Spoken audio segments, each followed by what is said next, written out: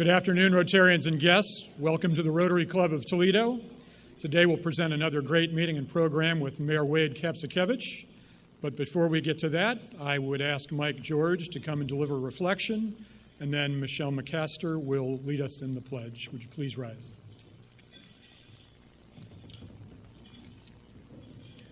Let us pray.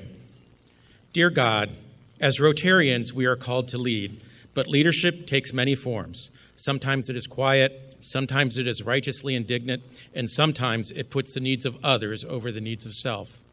To do great things is difficult, but to lead others to greatness is even more difficult, yet in the end, more rewarding.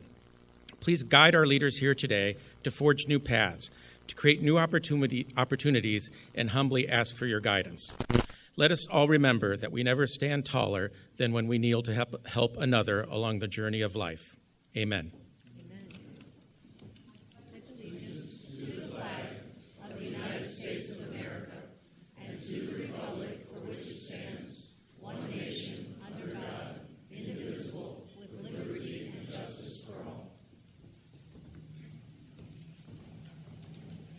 Thank you, Mike and Michelle. As we begin our meeting today, I'd like to thank and acknowledge Rudolph Libby Group, this month's sponsor. And now I ask greeter Travis Tangeman to introduce today's visiting Rotarians. Good afternoon, everyone. President Dick, we have 3 visiting Rotarians today. Visiting Rotarians, if you'd please stand when your name is called. We have Joe Coyle from the Mommy Club. And we also... And then from the Perrysburg Club, we have Ken Robinson and Jennifer Fenrick. Those are your visiting Rotarians. Thank you. Welcome. It's great to have you here. Now, if anyone has a guest, if you'd like to come up to the floor, Mike, and introduce them, that would be great. And I see we have a few.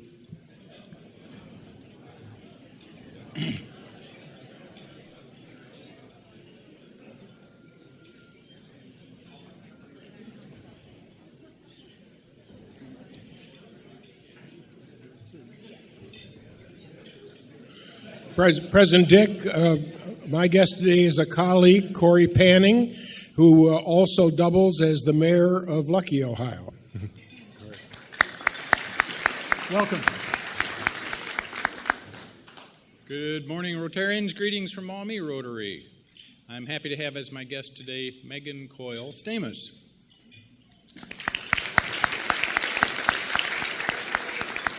President Dick, I am pleased to have as my guest today Raylyn Schleif, who is associated as a pastor with the United Methodist Church. She is an assistant superintendent for this area, and I hope eventually will join us in Rotary. So, thank you. Welcome. President Dick, fellow Rotarians, please welcome Nick Camp, Senior Operations Analyst with Highland Group. Thank you. President Dick and fellow Rotarians, I brought my friend Steve Leggett. He's the facilities manager at Lucas County. Welcome. Great to have you with us. President Dick and fellow Rotarians, I'm pleased to bring my friend Jamie Keblish, who is in managed care at ProMedica and a prospective member. Wonderful. President Dick and fellow Rotarians, my soulmate, my wife, Dr. Claudine Whitfield. She's a physician with ProMedica. Welcome. President Dick and fellow Rotarians, I've brought my friend Sean Nelson, who's an associate attorney at Marshall and Melhorn. President Dick and fellow Rotarians, I have the privilege of introducing John Dombrowski, who's a tax attorney at Shoemaker Loop. Good afternoon, President Dick and fellow Rotarians. I am pleased to introduce Jody King, who's a colleague and fellow federal prosecutor with me at the U.S. Attorney's Office, and also Amy Luck, who is with RCO Law. So we've got lots of attorneys here today. Nothing wrong with that. President Dick and fellow Rotarians, I would like to introduce Dane Sanzenbacher, former MVP and wide receiver for the Ohio State Buckeyes, Cincinnati Bengals, and Chicago Bears. He is now back at his alma mater, Central Catholic High School, as our new Director of Admissions. Great. Welcome, Dane. Welcome to all our guests. It's a great group. One thing we did last year under President Sharon I'd like to continue is at least once monthly, together do the four-way test. So if you would all stand again, please, and we'll do this together.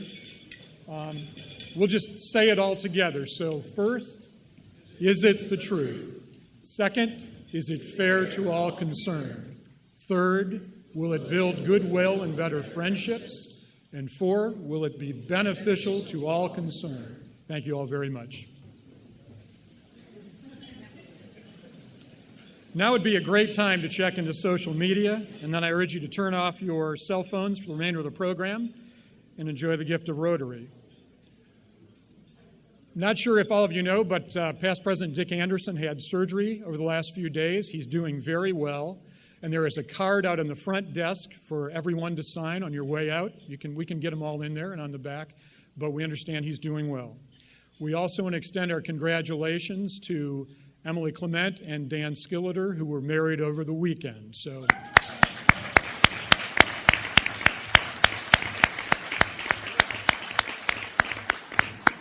I'm a Miami University grad. We call them Miami mergers when two Miamians wed, so we have to come up with Rotarian mergers, I guess, here. But that's great. Congratulations. We all get the Rotarian magazine, and I know our tendency is to get things in the mail and push them aside and not look at them and then, maybe just don't get to them. This is really a great magazine, and it's got a lot of great things in it about how you can be a better club, and it features a lot of wonderful things that Rotary does. And I want to highlight an article from this magazine because it was an education to me on the fantastic things that we do.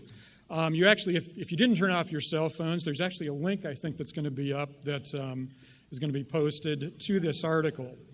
But let me read you just a little bit from this. Ricardo Roman was shopping with his wife at a department store in Chile in 2012 when a woman in her early 20s approached him. He didn't recognize her, he confesses to an interpreter, but there were two good reasons. He had last seen her more than a decade earlier, and her smile had changed drastically. Roman, a member of the Rotary Club of Renacha, Chile, is the national coordinator for Sonre con Rotary, Smile with Rotary. The program has helped thousands of children in Chile with cleft lips, cleft palates, and other birth defects, including this stranger who now wanted to give Roman a hug. She told me, "This is my Rotarian smile." He recalls with a voice full of emotion. It was a very gratifying moment. The project got started in 1993 when San Francisco, California Rotarians sponsored a medical mission that performed reconstructive surgeries in Chile.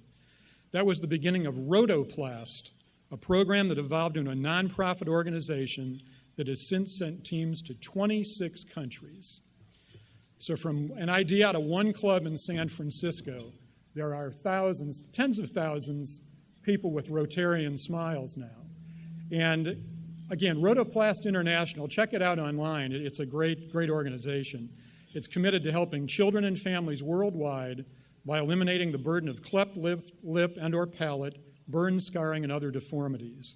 Working with local professionals, Rotarians, and other organizations, Rotoplast sends multidisciplinary medical teams to provide free reconstructive surgery, ancillary treatment and training for the comprehensive care of children and some younger adults too. They support education and prevention of these issues, and their aim is to help local professionals build sustainable models for the care of these children, improving their lives and those of their families. So again, just one more great example of what a club started and how Rotary has this great effect on people all over the world. True service above self. Segueing into service above self and helping others, I would like to invite Rotarian Eric Fankhauser to the podium to present Chris Amato from the Historic South Initiative with a grant check.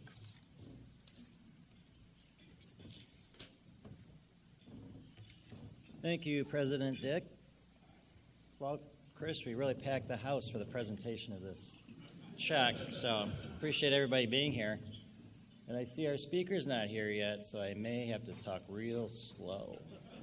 About a half-hour grant presentation. Well, on behalf of the Toledo Rotary Club Foundation It is my pleasure today as Vice Chair of the Foundation to present a grant check in the amount of $10,000 to the Historic South Initiative. The grant is for an after-school and summer program. Our Youth Service Committee, headed up last year by Michelle Kravetsky and currently headed up by Kendra Smith, received the request. The committee members participated in the vetting process and made the decision to recommend the grant approval to our club board and foundation trustees. This $10,000 grant was recently approved and is made possible through your contributions to our club's foundation. It's your annual donations, your donations made in memory of someone, and your monthly credit card donations that are all totaled at the end of the year and make it possible to award these grants. In fiscal year 2017-18, your total donations and your committees who ultimately decide which grants move forward resulted in total grant dollars given in the amount of $202,000.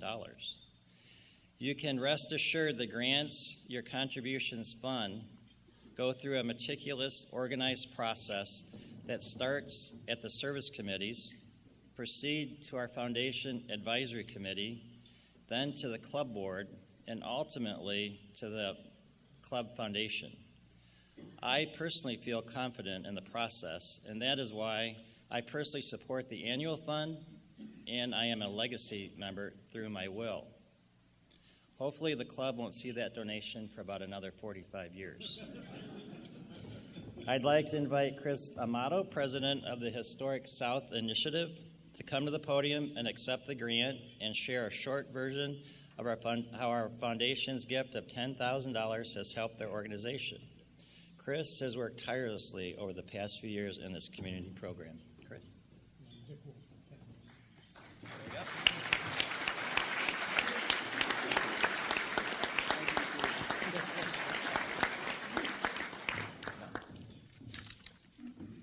Thank you very much. Our project is called the Historic South Initiative, located in the old south end of Toledo. And we are doing a major renovation of houses, working to develop more employment opportunities for people in the old south end, working with community organizations. But a primary focus of what we're doing is education, because we firmly believe that we need to reach these children at the earliest age possible. In the old south end, 35% of the adults in that neighborhood still do not have a GED or a high school diploma. So this program is at St. Peter and Paul Catholic Church, 50 children, all Hispanic, and we run it after school and in the summer, and we're looking for volunteers that would like to mentor, tutor, if you have any interest in doing that.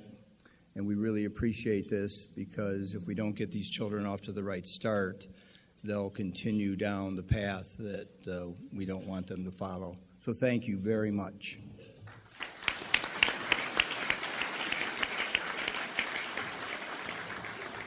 Now I'd like to invite Rotarian Gary Brown to the podium to introduce new member Marcus Henderson.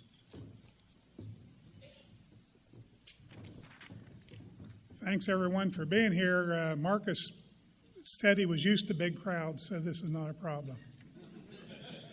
Marcus Henderson is a husband, father, realtor, and a consultant with Danbury Realtors. He has property listings in Monclova, Holland, Toledo, Sylvania, Perrysburg, and Maumee. As a realtor, Marcus is customer-focused. He has a passion for people and a personal mission to bring an element of customer service into every real estate transaction. He enjoys forging relationships in order to educate his clients, and he continues those connections by keeping in touch long after the closing in order to provide answers, share industry insight, and offer referrals. Before moving to real estate full-time, Marcus worked as an auto engineer from the Institute of Auto Research in New York City.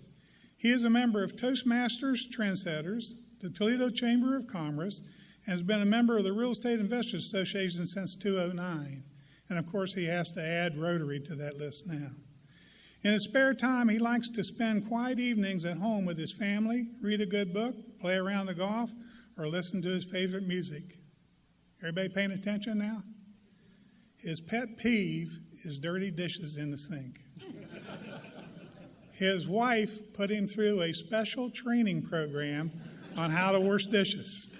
And so he's really, really good at it. His future involves traveling internationally with his family and visiting Spain, Greece, Japan, China, Rome, and France. And Marcus asked me to ask any of you, if any of you are going to any of these places and would be interested in taking a tremendous dishwasher with you, talk to Marcus. Marcus Henderson.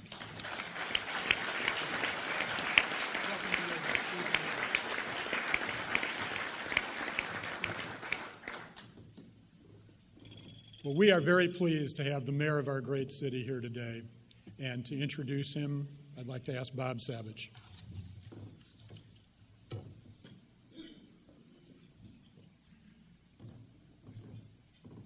Thank you, President Dick. I had one or two people ask me if the mayor was in fact coming today. President Dick leaned over and I said, he's probably out in the hallway looking at the name tags trying to figure out how to spell Kapszukiewicz. But as Father Olszewski would tell you, Wade and I, although he's young enough, we weren't at St. Francis at the same time, he graduated top in his class. So he had no trouble spelling his name or a few other things, and actually went on to graduate top in his class 2 more times after that. The mayor probably doesn't need a real long introduction, and I won't give one. But I have actually known Wade for a long time. And glad that he is the mayor of our city. He certainly absolutely has as challenging a job as near anybody in this room has, with the possible exception of Romulus, if you're sitting here today. Not that there aren't other challenging jobs here, there are. But you don't need to look any further than this weekend to see the things that go on in the city. That appears to be handled pretty well. But you can ask any one of us, and we can all rattle off several things at the top of our head that are important and need to be taken care of in the city. So at the very least, we have somebody bright and capable here to do it. We have a number of Wade's colleagues sitting here in the room today. But more than being bright, because you don't get anywhere just by being bright. One of the things that I've always liked about Wade was that he actually went for this position and before because he wanted to help and wanted to do the right thing, which probably unfortunately sets him apart from some folks who have public positions. And not only is he a good person and wants to do the right thing, but he actually wants to do something too. And he wants to tackle problems and get things done. And we really could use more public leaders here. He absolutely, I think if you've heard him talk what he was running, he's looking for the help of anybody in this room who can help in the Rotary group. But without further ado, the mayor, Wade Kapszukiewicz.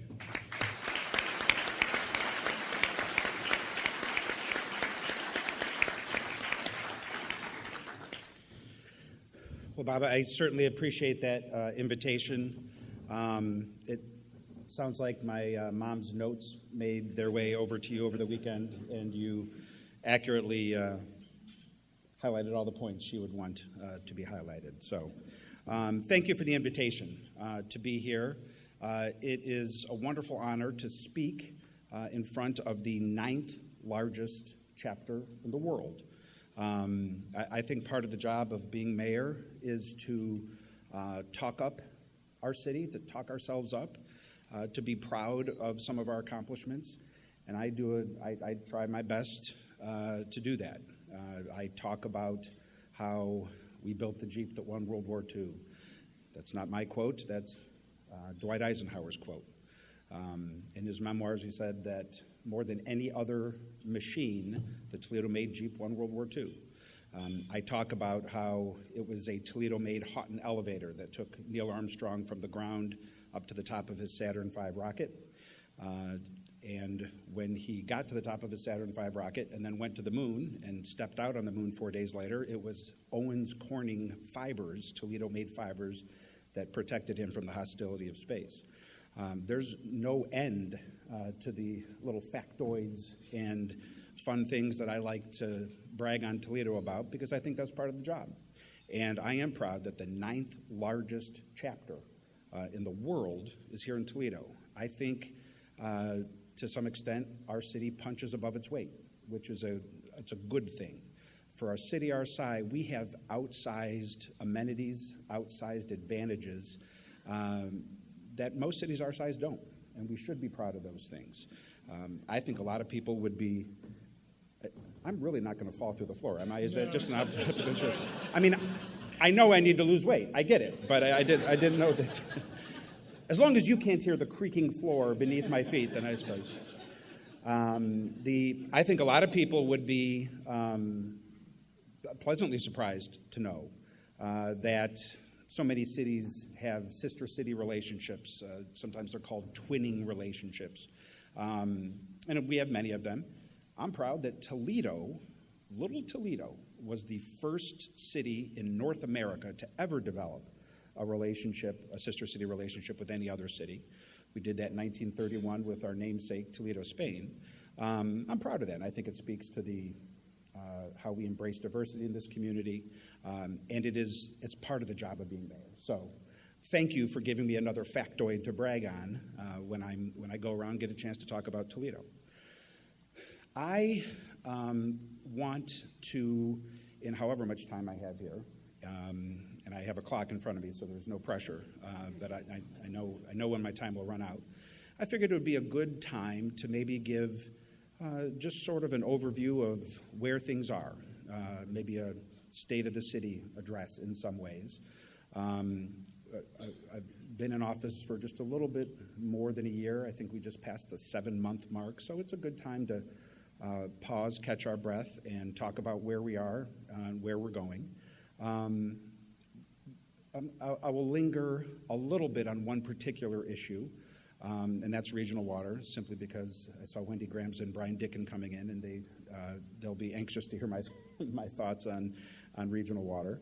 But then I am going to conclude with some thoughts on what happened this weekend, because I think that's important.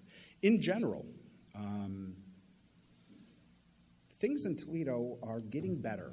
I'm hesitant to ever use a word that contains value judgment, and so I'm hesitant to say that things are good, things are great, because in some neighborhoods they are, in some neighborhoods they aren't.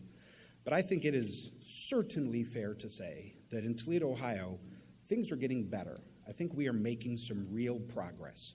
Bob is right that when I was campaigning for this position last year, we talked a lot about wanting to do things differently, wanting to shake things up, wanting to disturb the status quo in a lot of ways. And I think we've begun to do that, and I think we've had some early successes. We're not where we need to be, but I think we have had some successes. And I'm going to talk through a couple of them, because what else should a politician do with such a captive audience? But then also reflect on how even these statistics and these facts that are trending positive still contain within them nuggets of concern. So in general, when we talk about the progress that we've made in our city government in the first 7 months of this year, I think I have to begin with our budget. Last year there was, I think it's fair to say, there was some uncertainty as to the city's finances. There was a lot of debate and attention given to what the city's budget looked like. I think we'll just leave it at that. So I'm proud to say that coming right out of the gate, working with City Council collaboratively, and I see at least 2 members of council here. There's probably more, but I see Gary Johnson here. I see Tom Winooski at that table. I know Tom is a member, actually, of this club. There may be others here, and if I don't see them, I apologize. But working collaboratively with City Council, we passed a balanced budget, and it was the first unanimously passed budget in several years, I think about 6 or 7 years. I think that was only possible because we did it together. It wasn't my budget, it wasn't their budget, it was our budget. And we worked out our differences ahead of time, and that is significant and real. And coming so shortly after a year where there was such debate and uncertainty about the city's finances, to pass a unanimous budget for the first time in several years is really a very proud accomplishment. And it is worth noting that when the state just gave its, we were audited by the state auditor for the first time in 30 years. The question of the $8.2 million from last year had been resolved to the point where it did not even merit a notation in that audit. So I think we've made some real gains on our finances. We really have.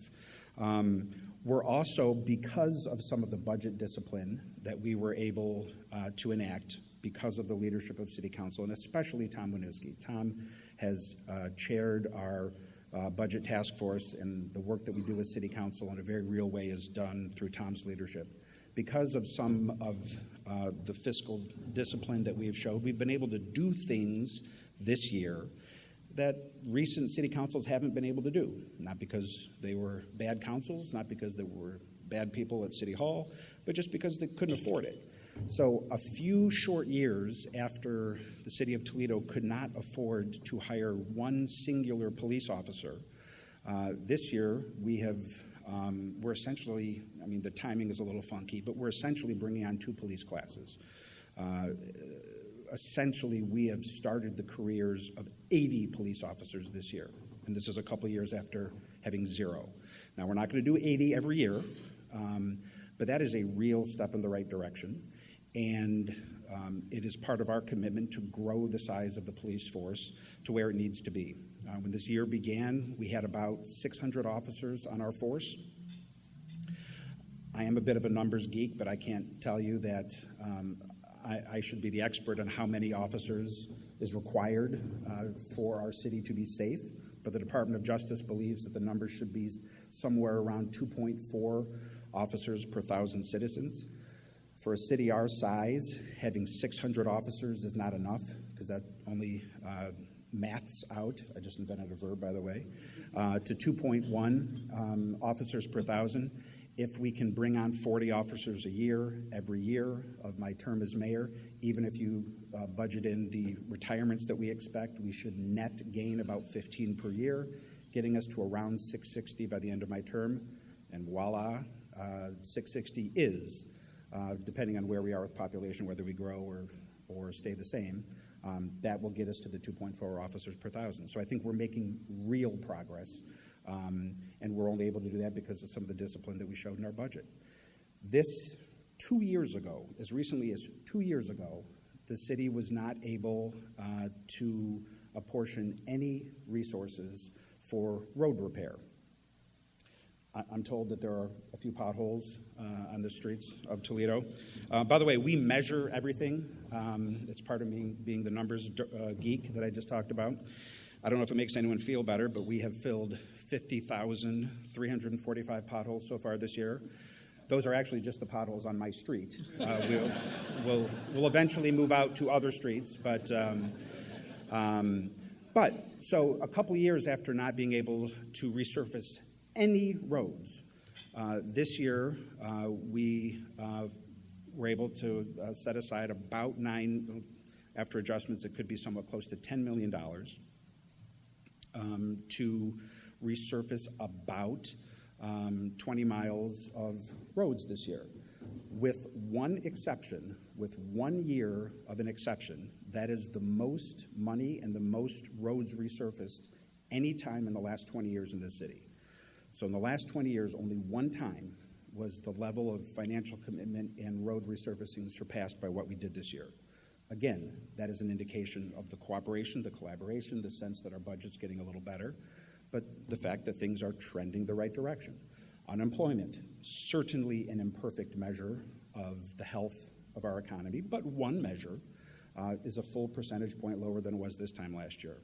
Our income tax collections are the highest that they've been at any time in the last 10 years. You can swim in the Ottawa River now after 25 years. There was a time the Ottawa River was literally the most polluted waterway in the state of Ohio. 6 weeks ago, we had a little news conference that said those last 8 miles have been of the river out to the bay have been removed from the the designated watch list, as it were, and now it's safe to swim. We found resources to help clean up the Champion Spark Plug site over in part sort of the near Central City neighborhood where every Champion spark plug, every Ford automobile from 1912 to 1961, every single Ford that Henry Ford made, from the Model Ts to every, I don't even know if the Edsel would have been part of that.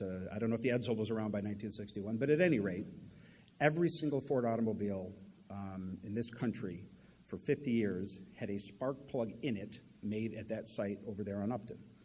Unfortunately, times changed, globalization did its thing, and that has been a vacant, blighted site for a long time. This year, in those first 7 months, we found the resources to begin cleaning it up. We have done what we promised to do. We have consolidated where we can. We have merged where we can. We've found ways to do more with less where we can. There are two, I've talked a lot about the two park systems we have in this community. One, a strong, vibrant, award-winning collection of parks known as the Metro Parks. The other, a larger collection of about 130 or so green spaces owned by the city, some of which are high-end improvements to the neighborhoods in which they're located. Many, though, unfortunately, are challenged. They struggle, and they perhaps do more to drag down property values than increase them. I talked about trying to find ways to partner with the Metro Parks to address that problem, and there are now 2 city parks that, when this year began, were owned and operated by the City of Toledo that now are operated by the Metro Parks. I think that is a step in the right direction. There are departments that we have consolidated and new approaches that we've used. And as a result of all of this, we really are making progress. And I believe that, and I will say that until the cows come home. But I'm also going to say this, because I think it is an important way for all of us to think about the challenges Toledo faces. Let's go back to the budget. There, depending on how closely you follow this stuff, you may be aware of this thing called a transfer, where for much of the last 10 years, City Hall has, in order to balance its budget, found the need, or has decided it had a need, to transfer money away from its capital budget over to the general fund to meet those general fund needs. It's called the transfer for insiders. It's been happening for about 10 years. Began during the worst part of the Great Recession. A year ago, the City Hall had to transfer $11 million from the capital budget over to the general fund to meet the obligations. This, despite the fact that I'm told there are some potholes out there. It was what needed to happen, because we also need to pay our police officers and firefighters. But to a lot of citizens, it was sort of a strange illustration of priorities at a time when the Anthony Wayne Trail wasn't looking like we wanted to. And by the way, since I am emphasizing things that have gone right, the Anthony Wayne Trail is being resurfaced this year about a year and a half ahead of time. So last year there was an $11 million transfer. And if you understand this one factoid, you'll probably, better than any other way, be able to embrace where the city of Toledo is right now.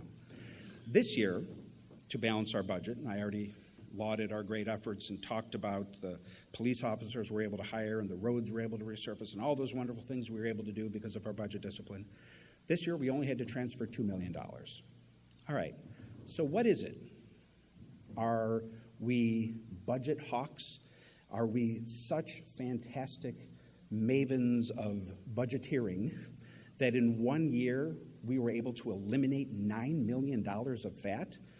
I think we are. Wow, that's wonderful. I can't believe how great we are. Okay? Is that where you sit in this debate? Or do you say to yourself, okay, that's great, but you still had to transfer $2 million.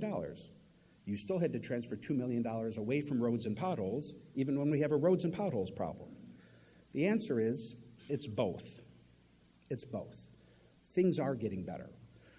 I'm proud of the fact that we eliminated $9 million of that transfer in 1 year. I mean, that's incredible, actually. I'm proud of it. It only happened because of the hard work of Tom and Gary and members of council. That's great news. But we still had to transfer some, which means that while we are tiptoeing out away from the abyss. We're still a couple steps away from it. We're getting there, but there's more work to be done. If that analogy doesn't work, I'm going to try one more, because I think this also helps demonstrate the challenge that we face at this moment in Toledo's history. I mentioned that we resurfaced about $20 million. We're on pace to resurface about 20 miles of road this year. And again, this is, with only one exception, the most that we've been able to do any time in the last 20 years. Great news, right?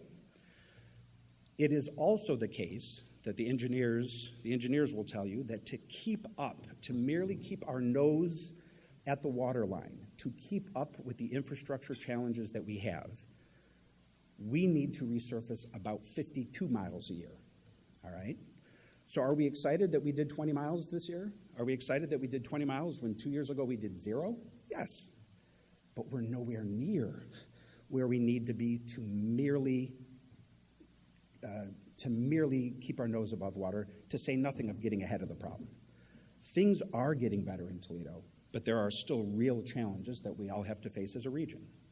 Speaking of regional challenges, regional water is something that has taken a lot of time and effort from this administration and city council, and also from the administrations and councils of our suburban partners. It is something that has eluded us for as many years as regional water was probably destined to be difficult. It probably was destined to be difficult. It's hard. It's hard to break through 40 or maybe 50 years of mistrust, of hard feelings, of real or perceived slights. So we knew this was going to be hard, and you know what? We were right. It was hard. It has been hard.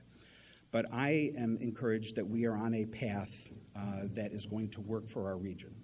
And it is a path whereby the city of Toledo, and in fact, this is happening in real time. Our city council is going to hold a public hearing this Thursday at 5 o'clock on our regional water proposal, and we are moving at a timeline whereby council is likely to pass this item and put it on the ballot for a vote this November. And what it would do, what the city of Toledo would be doing under this plan is, in some ways, unilaterally giving power away, ceding power, giving up power that it has had forever to set water rates and to make capital decisions. The city believes so much in regional cooperation and regional water that it is willing to be a leader on this issue, but it is also willing to give away some of its authority. What this ballot issue will do will be to create a regional board that will have rate-setting authority. We will be giving our suburban customers something that, frankly, they have never gotten before, and something that they're not going to get from Bowling Green or Detroit or Mr. Aquifer or whatever that is. And that is a real seat at the board in terms of setting rates and making capital decisions. I'm proud that Toledo is going to do that. I'm proud that we, after all the talk, that we are the ones taking actual steps. We are taking the action to do this because regionalism is so important. So we're going to go forward. We're going to put this on the ballot. I'm certain the citizens of Toledo are going to pass it.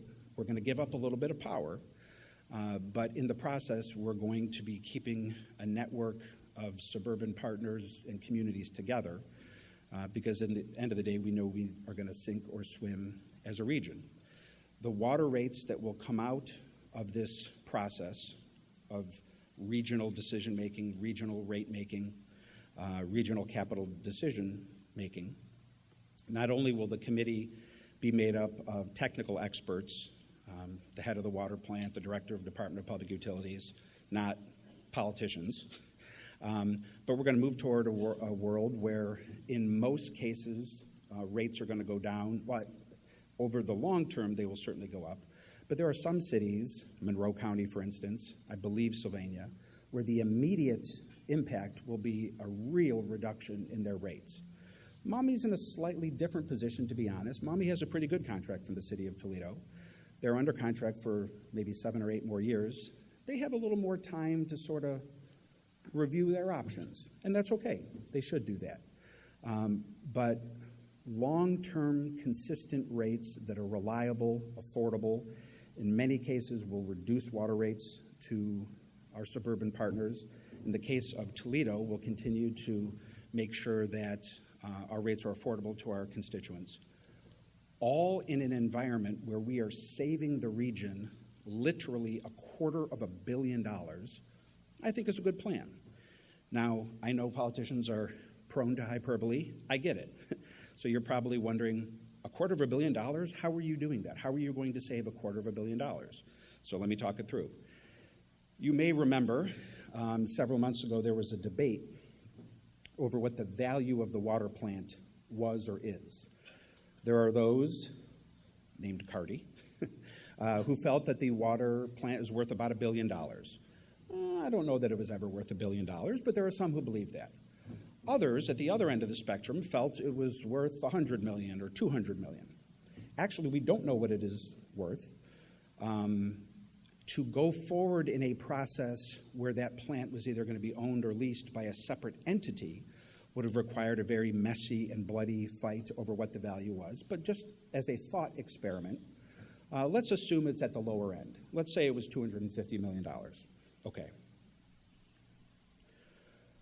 Under other plans that had been advanced, this region, not just Toledoans, but residents of Sylvania and Maumee and Perrysburg and everyone who's a part of our network, would have all raised their rates, or choose a word.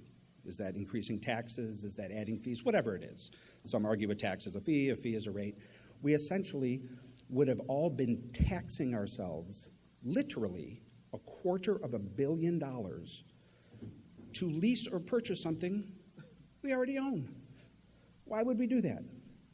We are moving in a direction where Toledo is willing to give up some rate-setting authority, to give up exclusive decision-making on capital improvements.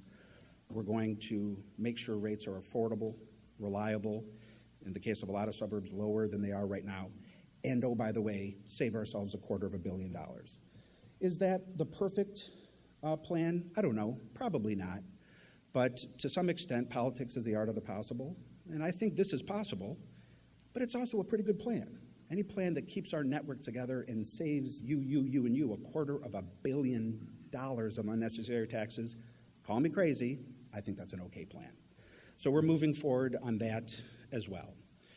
Finally, since I'm assuming 1 o'clock is my stopping time. A little earlier? Okay, all right. Well, I want to end on this.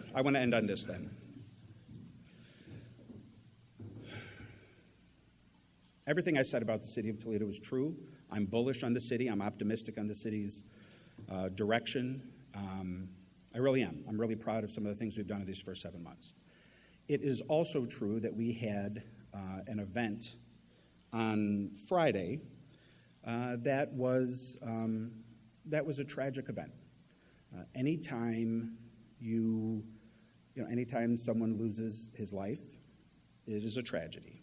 Any loss of human life is tragic.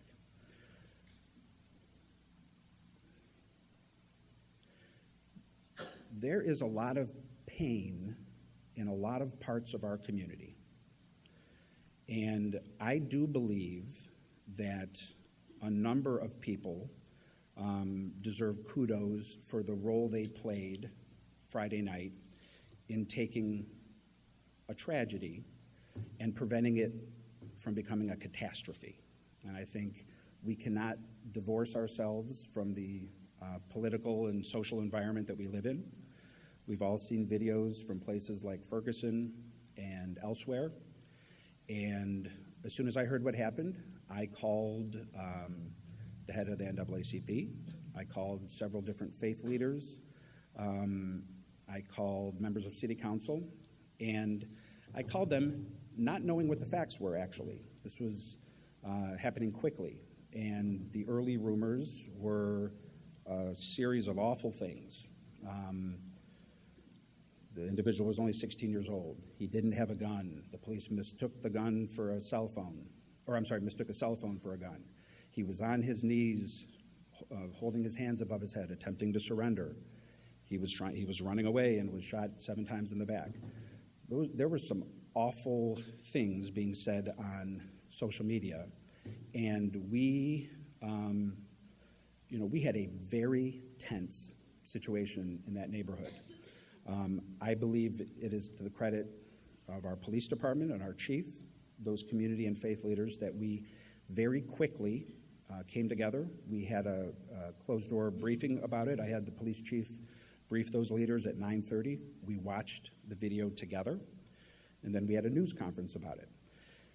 I realize that releasing that video in a couple hours after the event was a very unusual thing to do.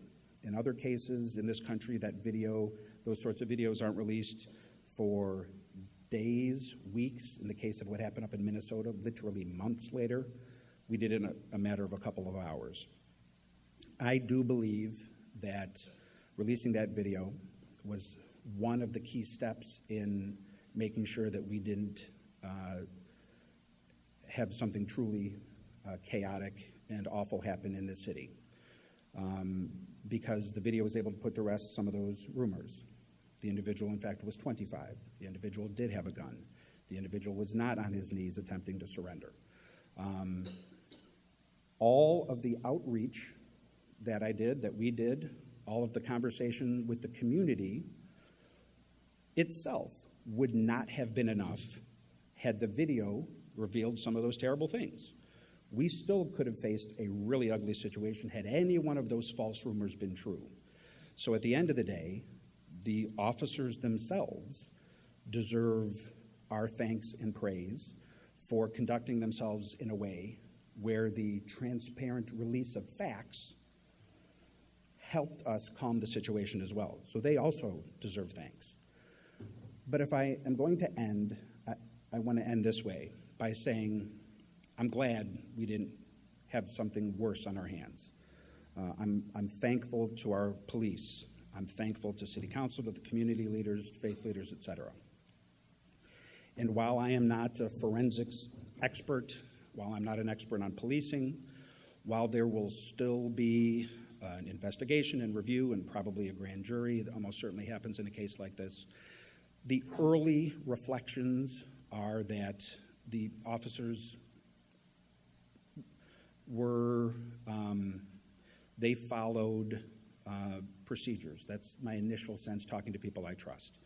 There was a video a couple weeks ago of a traffic stop over at Detroit and Vance, where again, it's similar in that there's a lot of anger from witnesses. Again, the officers there probably, almost certainly, went by the book. It is true that human beings will view these situations through the lens of their own life experiences. My lens is as the son of a cop, so I'll probably look at it one way. I get that. I understand what my biases may be. So I try to surround myself with folks with other life experiences. Maybe they can look at the same 90-second video differently. And then still another person will look at it differently still. There's a lot that we don't know yet, and there's still a lot to be resolved. This, though, is true, that regardless of what happened in those videos, the anger and the frustration and the passion of the citizens in both videos is real. It's real. It's real even if the police followed every procedure by the book. It's real even if the earlier case was followed by the book. It's real. It makes me proud that our officers were resilient and didn't engage and de-escalated the best they could. But I don't think any of us should diminish the passion and the frustrations felt by people who maybe see the world a little differently. And I know I am over, so I am going to end with something. I know I won't do better than Bobby Kennedy, but 50 years ago this spring, Bobby Kennedy faced a similar situation and quoted from Aeschylus.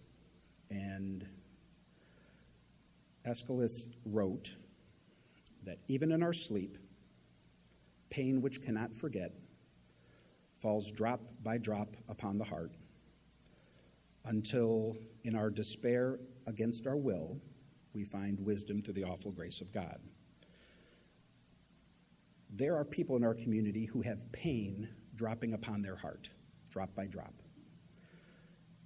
And they won't forget. Someone lost a loved one. There's an environment where people feel marginalized and frustrated. But no matter what we do going forward, we have to talk to each other. We have to understand.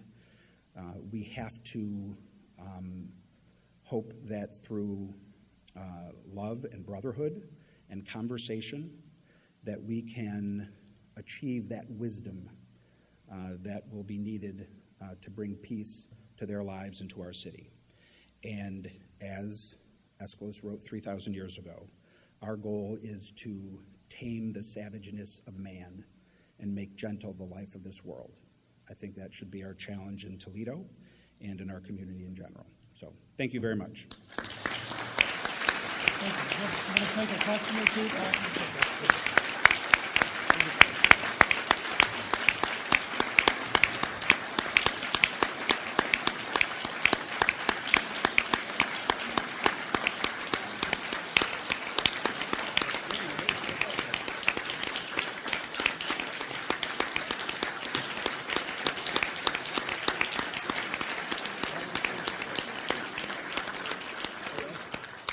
We've got time for 2 questions. Morning, Wade. Toward the beginning, you talked about Willie's having developed the general purpose vehicle or Jeep. Not as many people are aware of their other contribution to the war effort and to society in general with the development of the Snowcat. When the 10th Mountain Division started training out at Camp Hale in Colorado to become American ski soldiers that turned the war in Italy, the movement of material across the slopes was done by sledges drawn by mules. Willie's developed the Snowcat, which is the forerunner of the modern groomer that allows fools like me to ski who can't deal with tough terrain. And after the war, recreational skiing was extended beyond New England and Lake Tahoe by veterans of the 10th Mountain Division. And the largest of those now is Vail Mountain Resorts, which was led by a 10th Mountain Division veteran from Toledo, Ohio. Now, in the literature out in Vail, they refer to him as being from Cleveland, Ohio. He was from Toledo, so we'll have to try to get that straightened out. I know that some members of the Highland family knew him personally and know that he was a Toledoan. Second thing I wanted to mention was about the aquifers. Suburbs that are looking at drilling into the ground when we've got a replenishable surface water, 1/5 of the world's total, to draw from for our domestic use is foolhardy. We had a district governor a few years ago who was a hydrologist from Bowling Green State University who talked about the Ogallala Aquifer out in the western states that was the largest underground reservoir of water in the world, which has been almost completely depleted in order to irrigate crops in an arid environment where crops shouldn't be raised and weren't needed, and simply exported our water in our grain. So, I think we ought to discourage as much as possible tapping the water that is underground when we've got a replenishable source above ground. He said that aquifer will never be replenished. Well, on the first part of your question, if you were challenging me to a trivia battle, I accept the challenge, and we will meet on an even playing field at some point. But to your second point, I agree, and I have tried very hard through this process, and in fact, I think I've succeeded. We live in a Google world. You can Google any article you want. I have never once, not one time ever, badmouthed a suburb or a suburban mayor or a suburban city council. I wish the same courtesy would be returned at times, but I'm not going to do it. And my point is that if I were the mayor of Sylvania, Mayor Mommy, I would be investigating every alternative also. That's what they should do. If I were in their shoes, I'd be investigating every other alternative. At the end of the day, I agree. I don't think anyone's going to get water from an aquifer when we're 10 feet from a Great Lake. And also, now it looks like there's a bunch of farmers in Bryan who are going to sue them, so I'm sure they're not going to do that. I think at the end of the day, our proposal just makes too much sense. It's reducing rates and saving us $250 million. I think we're going to be okay, but thank you. Hey, Wade, first of all, I can assure you my question is shorter than Gary. Good. We are both former past presidents, so this is our habit in a way. But my question is about two things, population growth and job growth in Toledo. I've lived in Toledo 40 plus years, and every decade I read, we lost so many people. Mm-hmm. Is there a way to reverse that during your term or start a trend? And a complement question is that what has been the job growth in your first 6 months, and what can we look forward in the next 3.5 years? Well, proving that we measure everything and that I have a mind for stats, I can tell you there's 788 jobs have been created in the first 7 months of the year. So we have created, again, it's not it's not city government or government at all that creates jobs. It is the private sector, of course, who does that. But I'd like to think that we are trying to do the things to create the environment where job growth can thrive. And in the first 7 months of this year, it's added up to 788 new jobs. Your first point is part of a larger issue that we need to wrestle with. And actually, I should have used this example when I talked about the progress Toledo has made, but the room it still needs to grow. We are living in a good time for urban America. We really are. Cities are growing at a faster rate than their suburbs for the first time since the invention of the automobile. First time in 100 years. Now, don't worry, suburbs are still growing. Suburbs aren't going anywhere, but cities are growing faster. And I think a lot of it has to do with millennials, and I don't want to get into all the reasons, but you can see it here downtown. 93 of the top 100 largest cities in this country have added population since 2010. Toledo is one of the top 100 cities. We're the 72nd largest city, one notch higher than Orlando, Florida, even though we don't have Disney World or the Orlando Magic. We're a larger city. So we're one of those top 100 cities. And the last time 93% of the top 100 cities in this country added population in any one decade was the 1930s. So something is happening in America. There are market forces that are pushing urban growth. Sounds good, right? Toledo is one of the 7 cities that is not. Toledo is one of the 7 cities that is still losing population, along with Buffalo, Cleveland, Baton Rouge for some reason. So we got a problem. I do believe that we have probably bottomed out in terms of population loss, I believe. And I believe this next census is going to be a big one for us, the 2020 census. I believe you will see us starting to turn things the other direction. But it's hard work, and I think at the end of the day, we need to turn Toledo into the sort of place that people want to be as opposed to the place people want to flee. And there's a lot to that. There's opening up our waterways and public access to them, overall job environment. But I see you have your hand up, so I don't want to cut you off. I just want to say, I want to share with the audience, about a year ago I had lunch with Wade. He was thinking of running for mayor. We had a lunch at Toledo Club. I asked 5 brief questions, and he talked for an hour and didn't have his lunch. So I know you can really say that. Thank you. It's a good joke. Okay. Hopefully I answered those 5 questions. So, thank you. Thank you.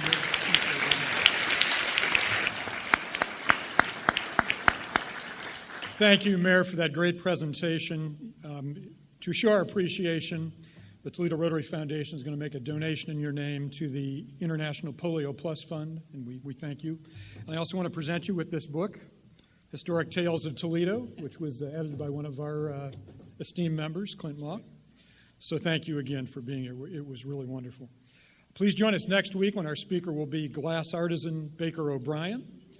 The Youth Service Committee will be meeting today after this meeting in the Presque Isle Room. Gary, thank you again for bringing Marcus in. And Marcus, we really look forward to having you as a Rotarian. Is Chuck here? He's ready.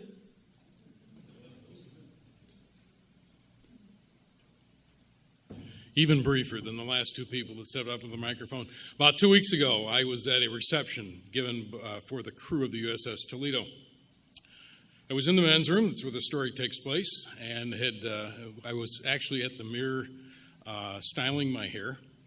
And as you noticed, someone also came in the men's room and was behind me, and I looked and I said, Mayor, you're going to speak to the Rotary Club in a couple of weeks. I don't know whether you remember this or not. I said, you're going to speak to the Rotary Club in a couple of weeks. We're looking forward to it. His reply was, well, you probably won't have very many people there if they know that I'm coming. And I said, no, that's not true. There'll be quite a crowd. So I need to end my remarks by telling you what I told him was, excuse me if I don't shake your hand right now, but I will shake your hand at the Rotary meeting in 2 weeks. So that's what we're doing today.